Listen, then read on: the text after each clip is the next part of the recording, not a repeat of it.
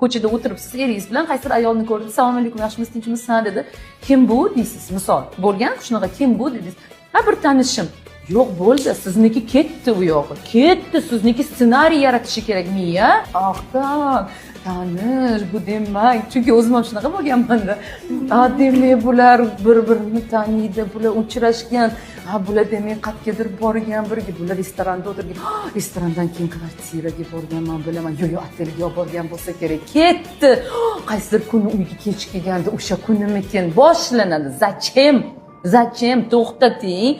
Tanishim bo'ldi, tanishi. Nima erkaklarga ayol tanishli bo'lish mumkin emasmi, qizlar? Nima erkaklarga qaysidir ayolga salom alik qilish mumkin emasmi? Nima qilyapsizlar sizlar? O'sha gap erkak sizni itchangiz emasmi, bog'lab qo'yib uni ketidan yugurib yoki borasan, bormaysan deb bog'lab o'tiradigan. Unaqa emas. Salgina o'zingizga ishoning, salgina o'zingizga bo'lgan hurmatingizni